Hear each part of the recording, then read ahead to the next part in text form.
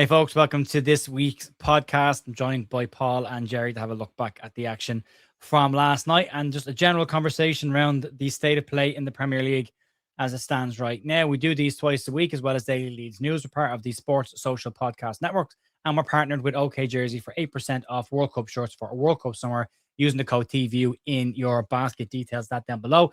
We are going to do the Finalysis player ratings tonight as well. If you want to get involved in that going forward, all you've got to do is download Finalysis from the QR code on the daily news videos and the link in the description tonight. And we'll have more. We have the QR code on the screen when we get to the actual ratings in a few minutes. Time, join with the lads. We'll check in with them. Gerry, you were at the toilet bowl in London last night. Thoughts? Was. If I nod off, that's because I didn't get home till about 2 o'clock after having a midnight flight back from Cork on Sunday night. Had a good weekend in Cork. Yeah, it really is. It's a hell of a stadium, no doubt about it. But yeah, the surrounding area needs a bit of work, let's say. A great night. Leeds fans on form, relaxed, having fun. We're staying up. You know, that's why you're going down when they miss any chances. And they had a massive, on that big terrace they've got. They had a big. They all had cards that said "Together Always." And I thought, oh, how pathetic is that? And I thought, at least if that was Leeds fans, those papers would be on the pitch anyway, wouldn't they? They'd be chucking those. But yeah, it just felt insipid. And yeah, Leeds fans. And I don't know when I've gone to a game thinking, shrug the shoulders and we can enjoy this. But when we were in the game, I really wanted to win that game. I definitely wanted to win. There's no doubt about it. And anybody who talk about teams on the beach and won't be trying. I know we weren't brilliant. I know it wasn't our best performance, but hey, we put it in, especially that second half. So I don't think anybody can accuse us of that. But great night, enjoyed it. It's just a shame London isn't closer, but never mind. It's a long drive. We got some stats in London in a minute. Do you know what? London's not been that. Yeah, it's not been that bad a place for us this season, which is unusual. Again, not non-Leedsy things happened this year, going to London and getting points in games. So, although poor Brendan Aaronson's now 18 matches in London without a win. Unfortunately, I had him down for goal last night because of that statistic coming in. Paul, how are you? Thoughts? Oh, by the way, Paul, mathematically safe, not mathematically, safe now. And it was never in doubt all season, was it? Absolutely not. I don't know what people were getting worried about. I told you. I told everybody, but nobody would listen. I said we go and do something very funny, and we went and got a win at Manchester. Scum. I will not call them Manchester. Just won't do it. No, I'm happy. It was weird. Like Gerry says, watching a game last night where there is no jeopardy whatsoever at all. And can you imagine if we were still fighting to stave off relegation and that lineup got announced last night? Everybody would have been having kittens at that point. But we all looked at it and went, right, okay, well, let's see what we can do. Let's see how we can play. And it was very much a game of two halves. The old cliche stands true. We weren't at the races in the first half, and the second half we were led back into battle by Captain Fantastic, and the rest is history. DCL with an absolutely ridiculous penalty. I mean, nobody's saving that. I mean, I know it's nice height for the keeper, but it's bang in the left-hand side netting. You're not picking that up. You're just not. And shushing to the crowd, which I'm all for, and doing the Okafor celebration again. Yeah, I love it, which I'm absolutely all for. And just like Gerry says, and I'm in complete agreement, we don't know when to lay down. We don't know when we're beaten, and that's the one thing. We might not be playing very, very well, but the difference is in this team, you've got a group of players who understand what this badge means to them and what it means to us. And Ampadu has said it enough times this season that there is a responsibility that goes with wearing this shirt. And the players that came on in the 60th minute that made a huge difference, they all get it. And the other players get it as well. Everybody understands what it is. Yeah, we're 14th. We're 14th in the league in our first season back in the Premier League. Everybody, and yes, I probably went a little bit early with the bookmarks when we were mathematically announced as safe, but I don't really care. But it was just little things. Just everybody had us going down. Saying, you know, some people going because we signed DCL that would automatically mean that we were getting relegated. 14 goals this season and 3. We don't need to. You don't need to say anything else. And it's just like I said. We get annoyed about the way things are. We get upset. See, it's almost like we planned this show a little bit. But I mean, look at his goal. Look at where his goal line is. It's ridiculous. That's absolutely ridiculous. Talk about Punditry. Well, that's where you want your number 9 to go, isn't it? That's exactly where you need your number 9 to be, which is on the spot in the middle of the 6-yard box, and you'll get goals. I don't care if they come off of his backside, off of whatever. That he's there to put them away, and he's done that this season. It's been a redemption for him, an absolute redemption. Outperforming his XG, Paul. It's nuts. It's just nuts. Double nearly. But it's what he's managed to achieve this season, and he's found a new home. He's found Leeds has this habit of really, really taking people along for a ride, and you have players that get it, and some players that completely crumble under it. And this season, you've got Okafor, who completely gets what it is to play for Leeds. You've got Stack, who's come in, completely gets it. You've got Goodmanson, who's come in, completely gets what it is to play for Leeds. You've got DCL that's come in, completely gets what it is to play for Leeds. And they've been taken along on this Leeds United journey, and they've come out at the other end of it. And they're all heroes. They're all heroes at the end of this season. That's blocked off now. This season done and dusted. And that group of guys have done a job which we all needed them to do. And, you know, I said I got chewed out on one of my videos that I put out about being safe because somebody said to me that, what was the comment? They said, that I was being disingenuous because I wanted Farke out back in against the game against Aston Villa, and they basically wrote down what I'd said in that game. Yeah. And we do this where we praise and criticize in equal measure, and at that point in time, because of the stubbornness of the teams the way that he was playing, it was one of 3 things had to change. And we've said this millions of times. It's either the manager that changes, it's either the system that changes, or it's the players that you change. It's those 3 things that you change. And at that moment in time, given the results that we had, my view was that we couldn't continue on with, or potentially couldn't continue on with Farke if he was going to continue down this path. And come here. That was the caveat, and that was the important caveat. At that time, we talked about it for weeks leading up to the Aston Villa game, and we had said, if by the time we get to Aston Villa, he hasn't changed the approach, hasn't changed the system, hasn't changed the style, then you've got to change the manager because it's not working. At that point, Leeds were in free fall and went into the relegation zone. There is no point in blindly looking back now and going, oh, well, you didn't have any belief in the manager. You were wrong. It's like, no, because he did everything that we were saying that needed to be done. He changed the system. He changed the formation. He changed the approach to the games. He changed the style of play. And last night, Paul, we got a little glimpse of Leeds trying to play off from the back again. And a couple of times, we got caught on it. So those comments back then sit with the facts, the data, and the style and approach that Leeds were applying at that point. Since then, and he deserves all the credit in the world for it. 100%. He's changed it all.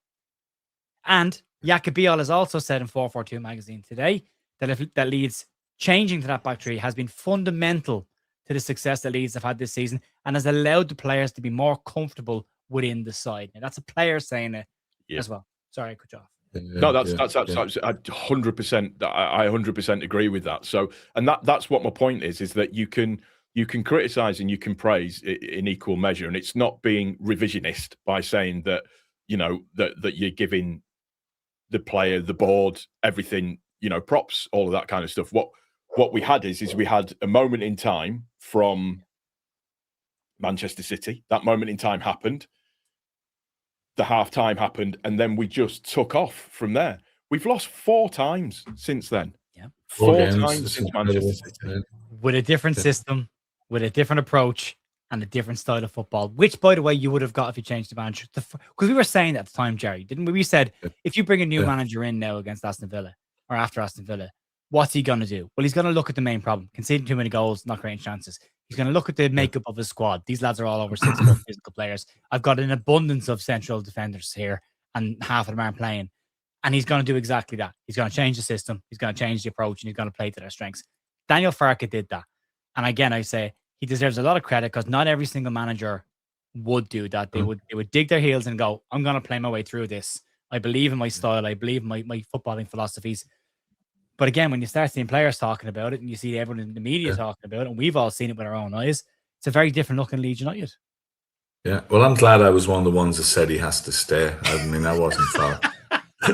Somebody sent me a text that sent them saying he's got to go. And, you know, as for everything you've just said, I believe that at the time.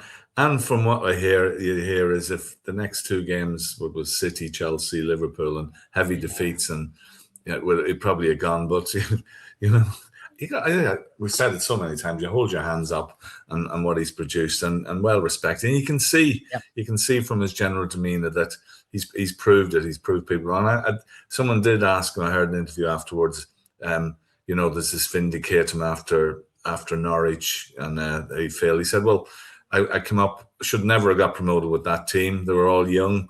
There were second, third division, Bundesliga players and everything, and didn't get any funding. So 20 points was pretty good. And, you know, I basically have been back now.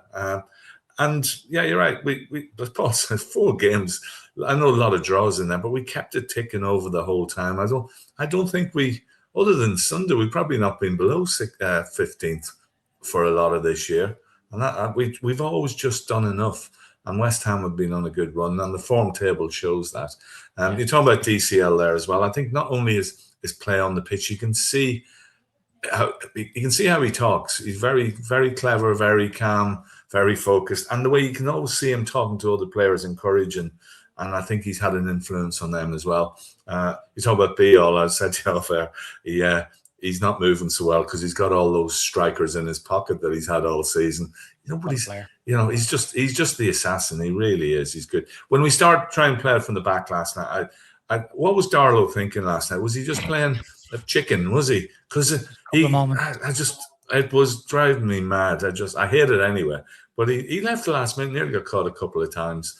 But yeah, we got not to be. But that I don't know. As you know, it was basically hoof it forward, please, and that's what you want to see. But every player, I said this before, every player has stepped up at some stage this season. You can't. There's no players that you can say not good enough. I think they've all had their moments. I think what showed last night as well was the squad, because this is the first time, luckily, with injuries now, we've had 4 or 5 players missing, and it showed the depth of the squad and why we need to strengthen well. Because we really were down to the bare bones. When you see 2 young lads on the subs bench, which is good to see players coming through. But I think if that game had been in January and we were having those level of injuries, it would have been a real concern. But yeah, they all stepped up, and it's just great to watch us prove everybody wrong. And not only Calvert-Lewin get 14 in the matches, it's 6 or 7 he's got. 6, I think he's got. 6. That's 20 goals. 21 goal contributions between the two of them this season. Yeah, and that's incredible considering we paid bugger all for them. And you know, you look at Liverpool, spent millions. I'm not sure what the return is on the Man United strikers. All, you know, so it's an incredible bit of business. And if we ever sold them, which we won't, you know, you just get your money back. Calvert-Lewin, that penalty, it was like a bookend, because that first game against Sheffield Wednesday when he came on, missed 3 open goals nearly, missed a penalty is bad. So the ball's still in the back garden here from that miss. And it was a bookend last night, but put it through, and it was good. Yeah, he was isolated at times last night. Our midfield didn't show up first half, but second half was, when Willie came on and Amecha, it made a difference in the centre. It was just that bit of power and bit of muscle. I think Brendan and Dan James are getting muscled out of it a bit, but it could have won it. Should have won it probably, and that would have been the funniest thing ever. But being among Spurs fans last night, walking up the road, they are worried. They really are worried. They're not happy. They thought it was a dreadful performance, and yeah, it's just nice. A lovely warm feeling driving home, even though I had to stop at the service because I was nodding off. And yeah, you should never really fall asleep in your car at 2 o'clock in the morning in some isolated spot. It's not recommended. But yeah, I woke up, I thought, where am I? Yeah, but anyway, I got home. We all got home okay. You were collecting your church stamps this week, were you? I was in the Methodist church this week. When I got there, There was a boat. There was a lock on the gate. There was two guys inside, two lovely guys, Sam and King something or other was his name, and they were lovely, but they wouldn't tell me the code. They said we would have been sent it, and it was like a game of deal or no deal, really. But I got the code anyway. I got in, and they were very good, very nice. And I told them to listen to the podcast. I'm not really sure if they understood the Leeds View podcast, but I said I'd give them a mention. So if you're listening, King, whatever his name was, and Sam, thank you very much. You were really friendly. Yeah, really nice. Just to, those chips and the Chinese weren't nice though. I didn't like those. Oh God! Just to put a little bit of what's the right word of saying it? Just to put a little bit of substance onto the Calvert-Lewin thing at the moment. CBS Sports put out a tweet last night that said the following: Dominic Calvert-Lewin has scored more Premier League goals this season than Benjamin Sesko, Ollie Watkins, Hugo Ekitike, Jean-Philippe Mateta, Brian Mbeumo, Mohamed Salah, Cole Palmer, Raul Jimenez, Bukayo Saka, Phil Foden, and Nick Watermole. And Alexander That's Isak. £1 billion. I mean, to be fair, Isak broke his leg, so it's a bit difficult for him to be, Yeah. It's about £1 billion worth of talent, isn't it? Easily, yeah. Look, this is the point. Like, we'll talk about it more when the season's over, but there was criticism of the recruitment team in the summer about what they brought in. Good. But again, going back to that Villa point again of when the system was changed to fit the players that we brought in, they've done really well. Even Sebastian Borneo last night when he came on, he won a little slip early on, but then after that, he just calm as you like. Yeah. In fact, he was so calm at one stage, he played the ball into Anton Stach's feet, and Stach just mimicked his calmness and lost possession of the ball straight away. So that's how calm he was. It was contagious at the point last night. But he was very good when he came in as well. But I thought Dominic Calvert-Lewin's hold-up play last night was fantastic, especially when he was, like I said, the amount of chest downs that he won during the game as well, was trying to link it. And Brendan, like I actually genuinely thought in the first half, Brendan was one of the players that Leeds had. He was actually trying to get the ball back as much as he could. And was coming back and defending and trying to nick the ball off people. I thought he was doing okay. But you can only do that for so long before you start gassing out a little bit. We needed the fresh legs, and my God, Will Nanto came on like a man possessed. John Longstaff looked really, really strong again when he came on and has got to be pushing. Somebody said, I don't know if you can play Brendy and Tanaka in the same midfield. And I think there might be something to that. I think you might need a Sean Longstaff in there and instead of one of the other two, just for that bit of grit and that determination to get in behind, because he hits the first one probably too well, hits the crossbar, keeper makes a really, really, really good save, Kinski. And then the second one, he hits as badly as you can probably hit it, and it goes over. And if he hits it worse, it probably goes in the back of the net or bobbles across the goal line to Dominic Calvert-Lewin for a tap, but he smashes it back across the goal. But he came on and made an impact, and that's not the first time he's done that. Did it against Bournemouth as well. So, yeah, look, it's a very good game in terms of how they managed it. Even though we didn't have a lot of the ball, we didn't look under huge amounts of pressure when they did have it. They get a very good goal. I have question marks about Tanaka turning sideways, but I'm probably nitpicking. But outside that, take that in the face, kid, and you stop the ball going in the back of the net. But it leaves these, as Paul, you've already said, 14th. 2 points behind Newcastle United, 4 points behind Sunderland, who spent far more money than us in summer, as did Newcastle, and 8 points clear of the relegation zone. So nothing to do with us this weekend. Spurs are away to Chelsea, and West Ham are away to Newcastle, and West Ham will need to get a win and hope. Chelsea hate Spurs, so they want to hope that they can get a result last night. Simon Jordan, Paul, described Spurs after Leeds scored the goal as the Tom Hardy craze movie legend, when one of them was lying on the ground getting beaten up going, I'm fragile now. And that's what they were. They sat back way too early as soon as they scored that goal. Very similar to Bournemouth as well. Got the goal, celebrated like they'd won it. Not the case. And Leeds just came on them. I mean, I thought that up to that point, I thought they were dealing with us pretty easily. And then at that moment in time, they were like, here you go, Leeds, you have the ball, play for a little bit. And Leeds have no problem. And what also stood out was Jamie Carragher after the game describing Leeds United as they look like an established Premier League team when you watch them. Yeah. And Jermaine Defoe saying they're actually a really good team and they don't get enough credit. Yeah. I'd agree with that.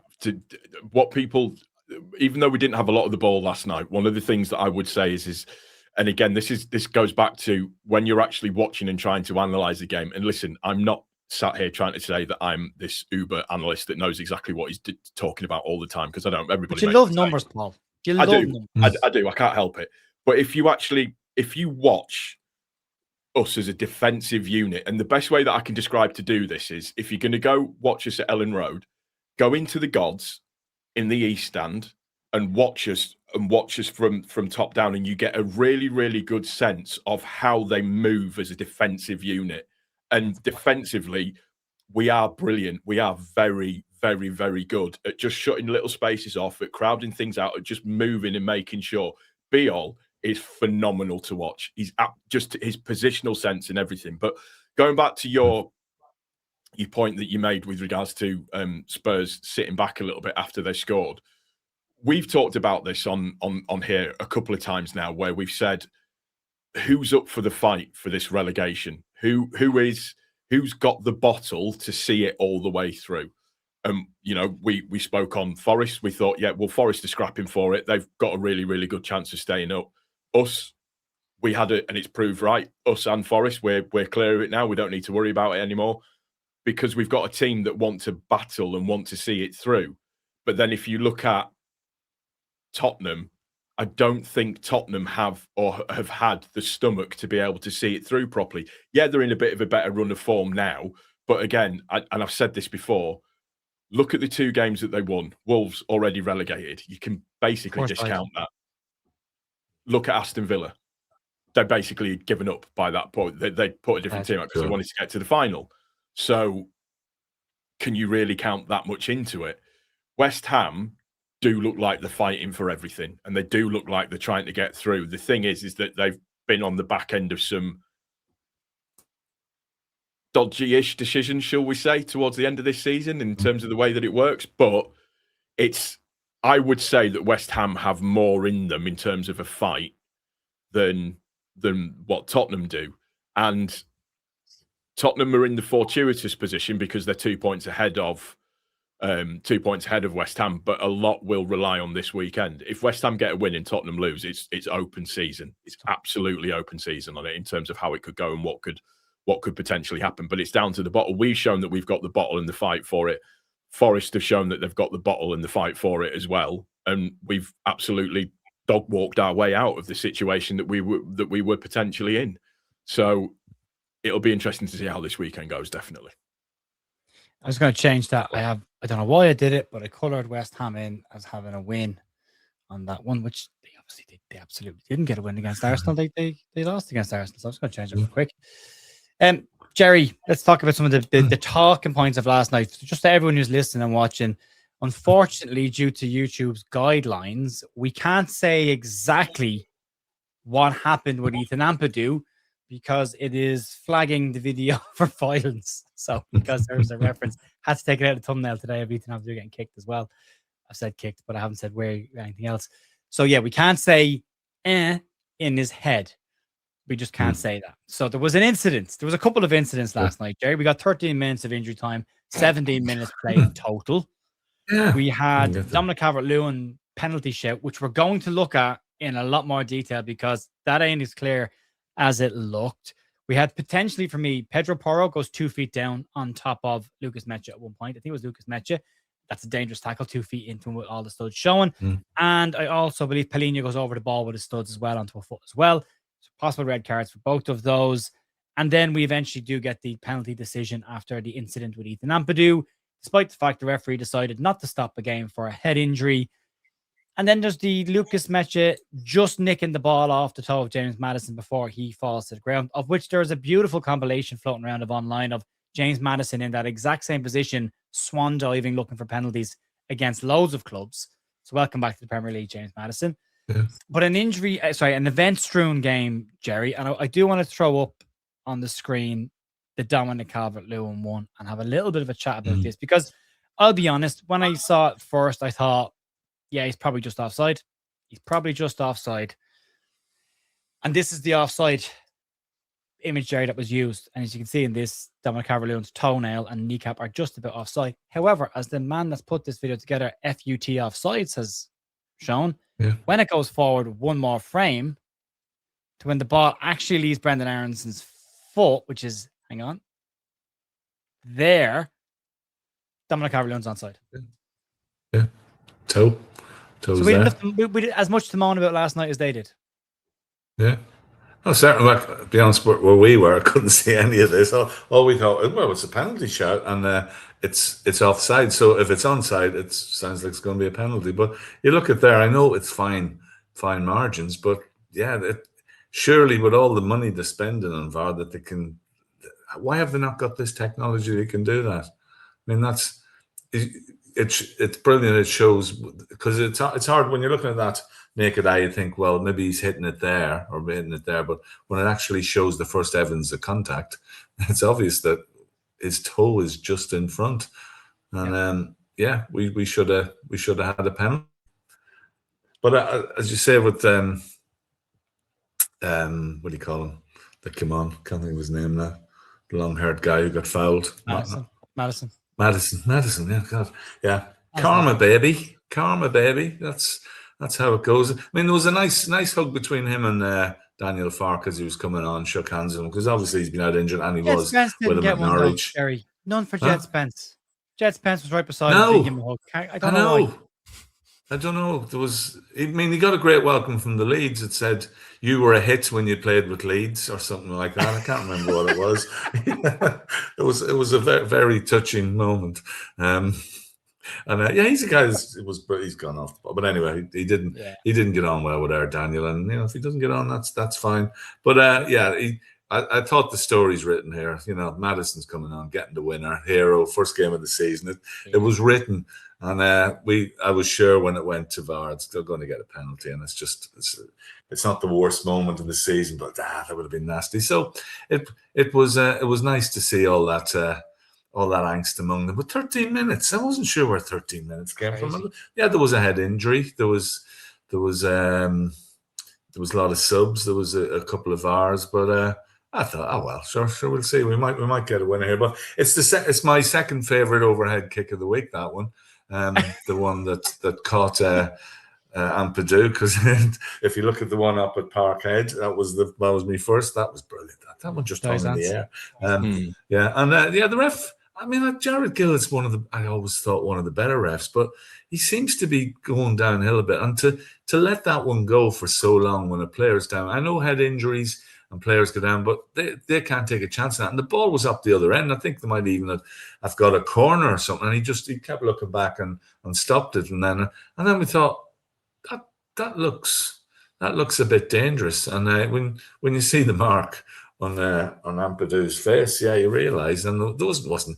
I don't know why they had to look at it. Why? I mean, a quick word in the air saying that's definitely contact there. Jared, give a penalty, you Aussie mate, and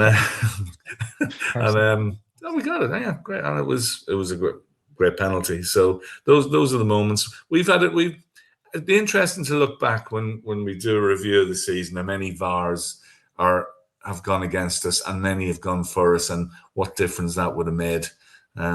It'd be interesting because I have a feeling it probably balanced out. But I'd like to see that. There's your homework.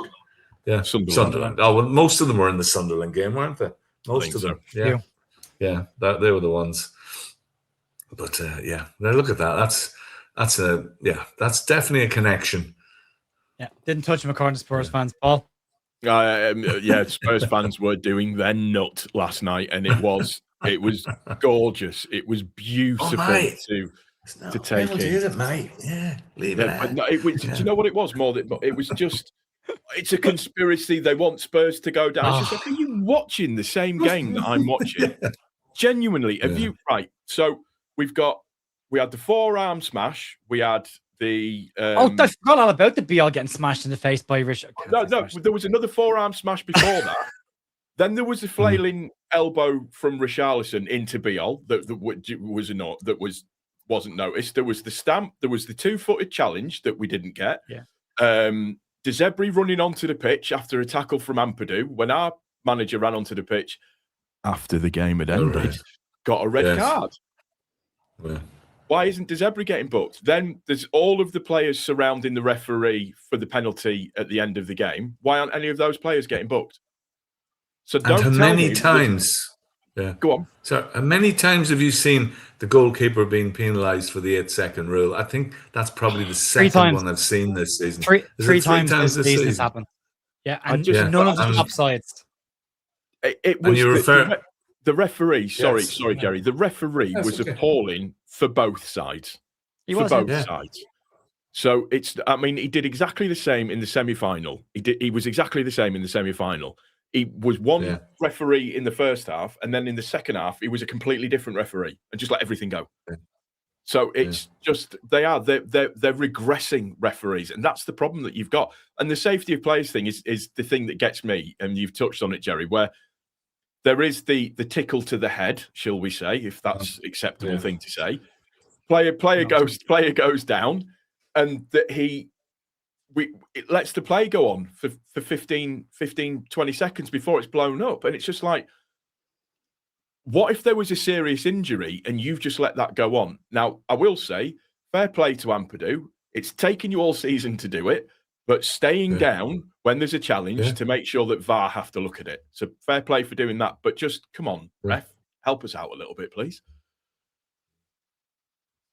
Standards have dropped. I can only remember one decent referee this season, and that was that guy, I think the Asian guy who came a couple of games ago, and he was the ref, the only ref I've ever seen in the Premier League go over to the screen and stick to his decision.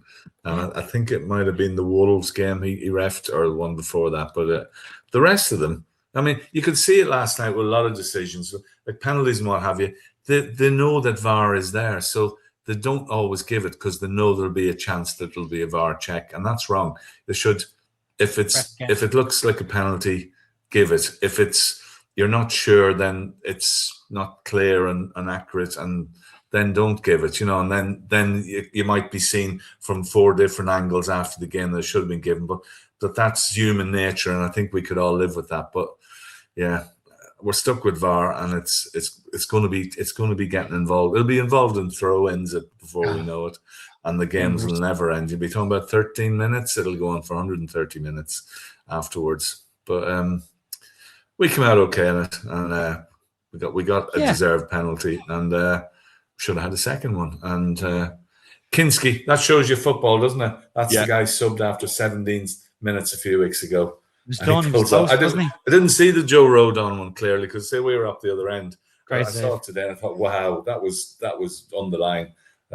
So fair play to him. Yeah, they hate Richarlison, the Spurs fans. They really hate him. Yeah, I think. Those talk about his touch and everything else, and not very complimentary stuff. So yeah, they don't like him at all. He's such a likable guy. But such a lovable guy. We spoke about him last night, and I was kind of saying, of all the Spurs players, he's one of the few that looks like he's up for a fight here. Like he's in all the games up until this one. Like he's genuinely throwing himself around. He's got them a couple of important goals this season. I don't think he's an out and out number 9. And the more the season's gone on, the more I've looked at him and went, would he suit Leeds? Would I mind him playing for Leeds? Oh, he would 100%. He would be an absolute cult hero. Yeah. He would get. He has the chip on his shoulder, and he has a point to prove the whole time. So, but then again, we were talking about it. I was saying, but it'll be interesting to see how he does it against Yakibial. It'll be a proper scrap between the two of them. Yakibial just bounced him around the place last night. His touch was poor because every time he went to touch the ball, he had a 6'4" Slovenian running through the back of him, which your touch is not going to be great in that situation. So, yeah. That sounds like a really dodgy movie title, by the way. It does, yeah. It was nice. Was one thing I was able to tell my Udogi joke last night to someone who hadn't heard it, and I was much as Udogi in the window. Yeah. Somebody also said to me, Danso is very shy. He's a sort of private Danso. And I thought, that's not bad. Yeah. And then there was others. Isn't the rumor mill that we're the territory rumor mill supposed to be that we're looking at him, aren't we? Isn't that Disassi? Disassi, yeah, I can't get them right. It comes from Football Insider, so if they say it, just forget about it because they're like a 0% track record at this stage. Well, yeah, I've seen that as well. That was one of their guys. One of their guys said in January, he went as far as to say, Disassi to Leeds will happen. It's an advanced talk stage. It's definitely going to happen. It's only a matter of time. We didn't even look at him. We didn't even look at him in January, let alone get an advanced stage. So they just recycled that one again. But yeah, whatever about the list, Paul. If it's Football Insider, they're not even on the list. None of this stuff even on the list because of what they like. A couple of bits and pieces before we talk about one more thing. Just to shout out and big thanks to LUFC Data for the work they've done all season and putting all the statistics, and Andrew Dalton as well, and Johnny Cooper, who put stuff out there this year that we've talked about. But Dominic Calvert-Lewin became the first Leeds player to score a penalty at Tottenham since Jermaine Beckford did it in the 96th minute of a 2-2 FA Cup draw back in 2010. Interesting to see that the season started with both of them sitting down having an interview together. So they're tied together there nicely. But he also became the first Leeds player to score a Premier League penalty against Spurs since Ian Hart in 2001, which was a 2-1 win back then. And Leeds have come back from losing positions in London against Chelsea and Spurs and avoided defeat in a single season for the very first time since 1969-1970 under Don Revie. So there's some nice numbers coming out this year. And Daniel Farke chalking them off. I did want to talk about one thing, because we talked about bias last night, and we agreed that Jared Gillett was rubbish for both sides, and both teams could have got, decisions depending on him. Let's talk about the Sky Sports commentary just for a split second. Can we get into this? Because my God, who was Alan Smith? Alan Smith tried to justify the Ethan Ampadu incident by saying, well, he's just gone for the ball and he's mistimed his clearance. And that was about as deep as he got, and don't really see anything in this. My God, he jumped out of his chair when James Maddison fell down screaming for a penalty. Yeah. Didn't he play for Arsenal? Get your priorities straight, pal. The problem that you've got is there is now this situation where there is this deserved now, after this season, when you look at it, bias towards the so-called Big Six, or shall we say the six that were going to disappear off and go and start the European Super League thing together. There is a big, there is this kind of view now that there is this bias towards them because the Premier League is so scared that they're going to do the same thing and disappear off again. So it's a case of keeping it together. Wasn't there something came out as well about one of the Premier League chief execs or something had said, we need to keep Spurs in the league. We have to keep Spurs in the league because of what they do and what they actually bring to the table. It's like, well, no, Spurs need to earn the right to be in the league just like every other team does. And yeah, listening to Alan Smith last night, I was just like, you're an Arsenal player. Why are you? There's the whole football and punditry landscape is so biased.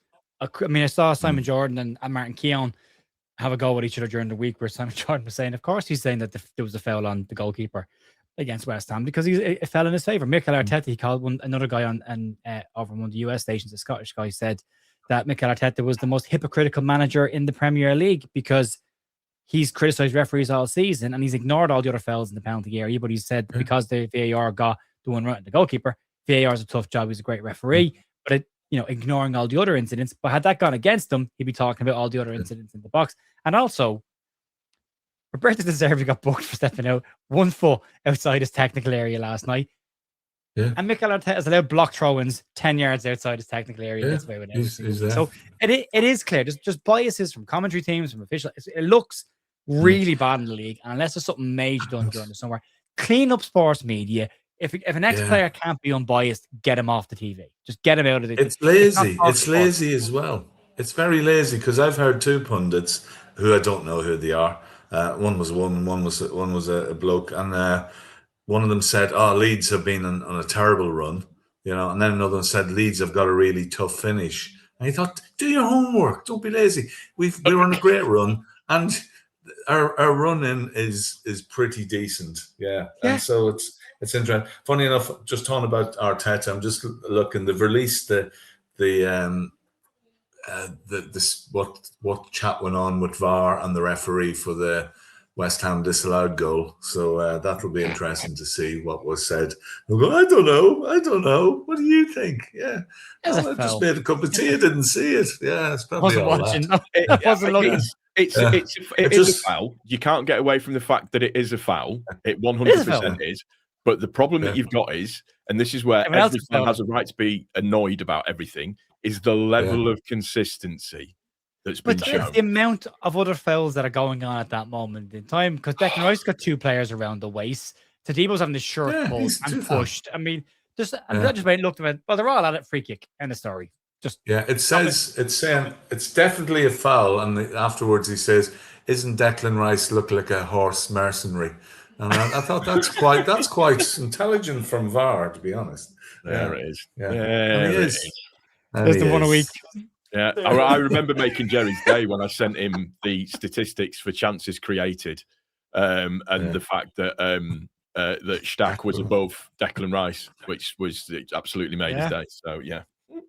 He's a fraud. He's a fraud, in more ways than one. Yeah. I thought We know. Everybody knows. Everybody knows. Anyway. Jerry, Paul, running. So we got Brighton at home next, and we got West Ham away. We're going to be saying this, but it's nice to not be involved. And you look at Forest and Leeds over the last 6 games. Excellent run by both sides. Yeah. Forest are flying European competitions as well. They did a good season in Europe as well.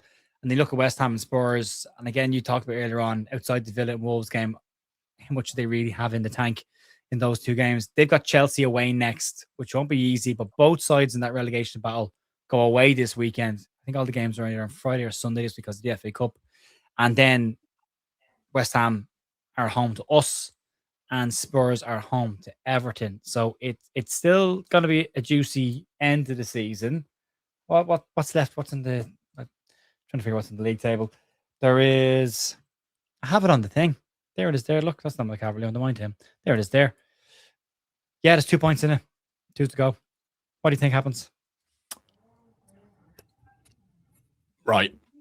If Tottenham lose this weekend and West Ham manage to win, then there's a big chance that it's going to be Tottenham that go down. In my humble opinion, there's a big chance that it's going to be Tottenham that go down. However, with that being said, we played the kids on the final day. You say that again, sorry? We played the kids on the final day because financially it's hard for us to go down. There's the other thing of that. There's the integrity of the game side of things, and we won't go half measures. We won't go half quarter. Farke won't let them do that. Ampadu won't let them do that. So I don't want us to. I don't want us to either, because the other side of things, when you look at it as well, the game that we're playing against West Ham, it's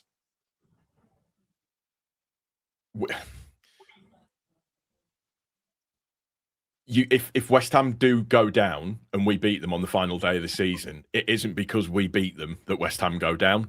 It's the rest of the season as to why West Ham go down. So there's that's kind of the way to look at it. But Chelsea at home is going to be tough for Spurs, because Chelsea, they're battling a little bit, which is, they're still poor, but they're battling a little bit.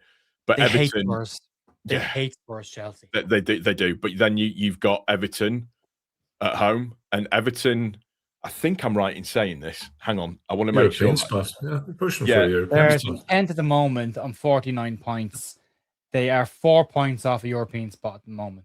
Yeah, I just wanted to hang on. Sorry, bear with me. I'm typing. Could change. There could be an extra European spot as well, depending on how the last couple of days go. But there is a financial. This is the tongue-in-cheek joke, and I am joking. I don't want Leeds to go to London and put a weekend side out. But if Spurs were to get relegated, from a financial perspective, it would be much better for Leeds United, because it takes a very strong financial powerhouse out of the equation for the following season.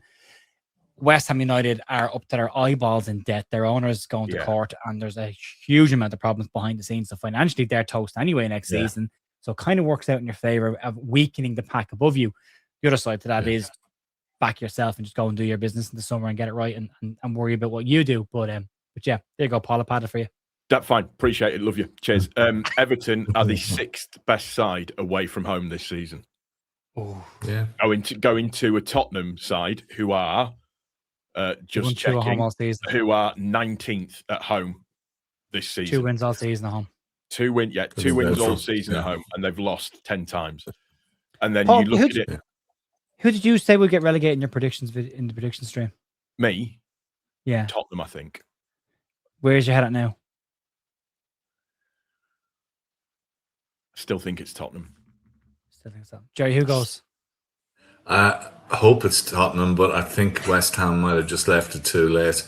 I would have loved that goal to be allowed, that 1-1, just to make it interesting, and for the scupper Arsenal's title. But Spurs play on Tuesday, obviously, so they've got away. So if West Ham go to a flaky Newcastle, I know they've got a couple of results, but they're just above us, and it would be good for us. West Ham beat Newcastle, we beat Brighton, we go above them. I think West Ham have teams at this stage of the season, when they're fighting for their lives, have got games like this, or they can just go anywhere, and they can be disaster, or they can go out and win it. And I think West Ham win on Sunday at Newcastle, I think Spurs are in real trouble, because you say Chelsea will be up for that. The fans will be up for that. I know Chelsea, if they lose in the cup, or that's the season over. Or they win in the cup, or they in the pub. I really hope Newcastle or West Ham beat Newcastle and Spurs lose the last 2 games and we beat West Ham, and that's the perfect scenario. But if West Ham need a win, I think our team should be, I think David Harvey's still there. I think Johnny Howson should come in.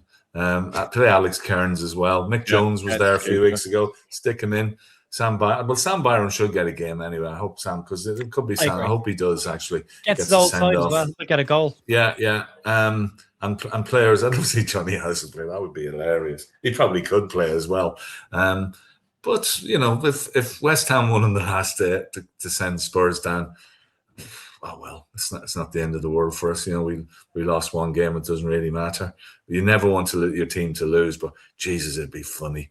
It'd be so funny. And as you say about the financial setup, a weaker West Ham financially is better than Tottenham, because Tottenham will probably, on the back of this, they'll probably, they won't be in this position next season. It's a scare, and they probably got complacent, and they'll be back in the top half of the table. Those 2 seasons in a row. So, but I can't see it happen again. So we got to look forward to next season and see there's 3 teams coming up, and who's on a bit of a downward trajectory, and we just want to be pushing to the middle. And I think one of those teams would be Sunderland. I want to finish above Sunderland as well. That would just still happen. 4 points. Yeah, that'd be brilliant.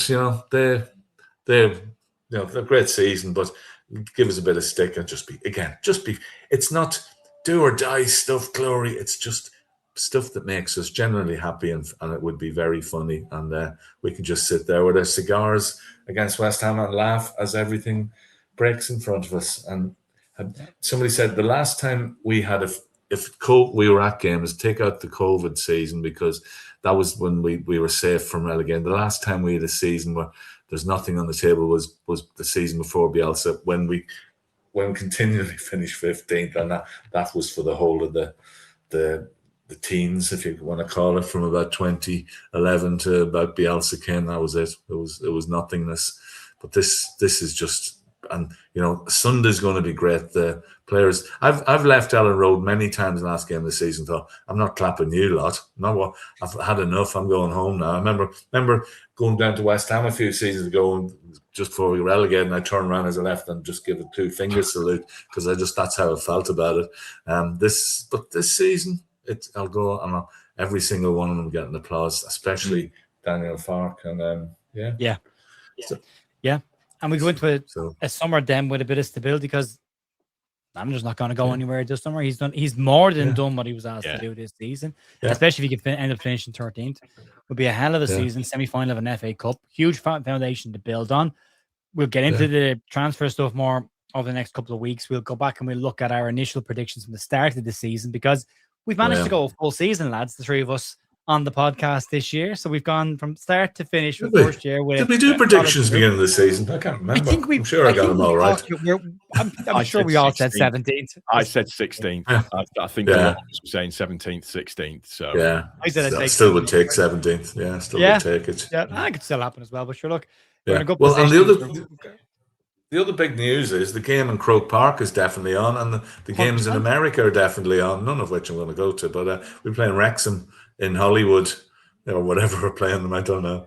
That's everything that you hate about football, Gerry, in one sentence. I don't mind Wrexham. Flags and a T-foil, and it'll be. Drums and I suppose Spurs brought out the old black cases last night with the fire. It's bright. Don't fireworks and fire coming out.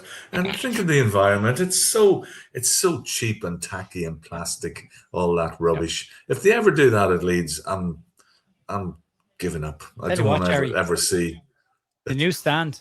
Better have rusty seats going into it, because if there's anything comfy going in there, that's the end of it. I know. I want a dodgy step that I have to carry Barry over every week. One step that he's going to fall over. And yeah. So I want those sort of things. I want narrow steps and just awkward people. The most awkward person we had to tell to move this year, who was standing in front of us, was Brendan Aronson's partner. She was standing there on her phone, and we just said, "Can you move?" Yeah, and I think she took it. Yeah, and then I thought Brendan's rubbish, but I didn't say that. But she was getting on me. She was getting on me nerves. That's just, I don't know. I just remembered that. These are the things that happen in the stand, as we all know. You've been there, Paul. What happens in the stand? I just remember being in the stand and pissing you off because I was jigging my leg, and you just put. Oh yeah, you were. He just quietly, he just really gently put his hand on my leg and just went, "Can you stop that, please?" There's a guy every time Leeds score a goal as well. There's a guy behind me, Mark. And we go to fist pump each other or clap, but we never get it right. And I either do that or we grab his fist, the awkward fist. Yeah, it's the worst game of paper, stone, scissors you'll ever see. Really is. But I love all that. Yeah, it's great. Yeah. I've enjoyed this year quite a lot, actually. I mean, during it's been great. Always highs and lows. It's genuinely been an enjoyable season. I've enjoyed these podcasts. So massive thanks about it. If you agreed to come on to start of the year and doing this for the year, we're not done yet. We still have a couple left to go. But yeah, really enjoyed them this year. We've had a good laugh. And I got some more games this year than I've ever gotten to. So nearly got to double digits. It would have been double digits had somebody not started a war in Iran and the fuel prices for planes not gone up. But outside of that. It's been a great year. I've hugged lots of strangers. I've sat on my hands in Villa Park and pretended to be a Villa fan while Anton Stack whipped one in from miles out. It's been a great year. I've enjoyed it. I'm really looking forward to this summer. I just think we get this summer right again.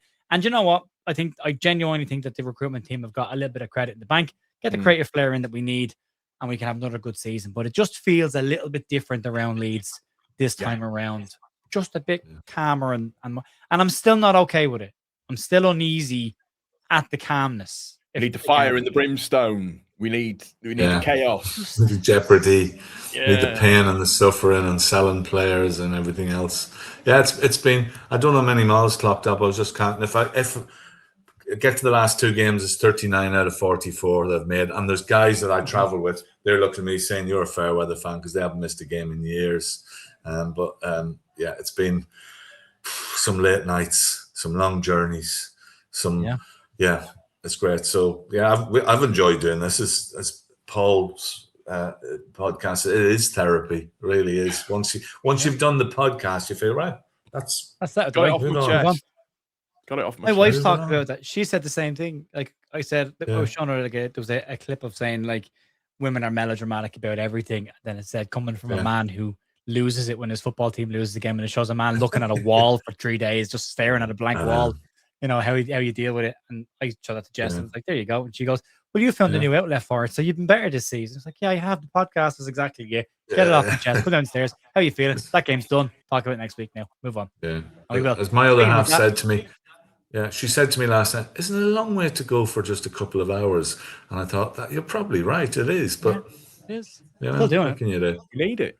We do. We need it. I said the same thing to my wife a couple of nights ago, and I had to say to her, thank you for letting me go to all of these games, never complaining about me going to the football, because she understands that for me, from a psychology, it's an outlet for me. It's a whole thing.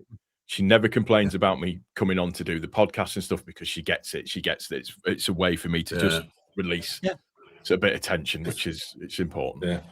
I retired from playing football 8 years ago, and I haven't kicked anybody in that length of time, bar poor Danny Mountain from the charity game. But outside of that, I haven't kicked anybody that much. So this is the only way I get to watching these matches. The only way I get to get that stress off me and scream at random people for a bit, Still kicking people. Yeah, I'm still up for that charity match, Jerry. If it comes round, I'm fitting round to go. I'm BL minus 10 speed. Yeah, but I can be sinister. I can be sinister. I can put on an Eastern European accent if need be. There you go. Next time round. I won't be playing anymore. I'm done. Joe Blackburn. We got to talk to Joe Blackburn about next year and see if we can get it going again next year. Right, folks. Massive thank you as always for supporting the podcast and for being with us all year. As I say, not done yet. Still got a couple of weeks to go. If you want to support the channel, you can download Finalysis for free. Follow me at Jared the View. Paul is over there as well, or you can use one of our partner codes. And if you're buying shirts for the World Cup this summer. Some quality stuff over OK Jersey, World Cup shirts for a World Cup year. Use the code TView in your shopping basket to get 8% off and order a size up if you're buying from them. That'll be it. Thanks, lads. I will talk to you all in the morning. We'll have another podcast out towards the back end of the week, looking ahead to the weekend's action. And yeah, we'll see you soon. Mind yourself. Bye. Cheers.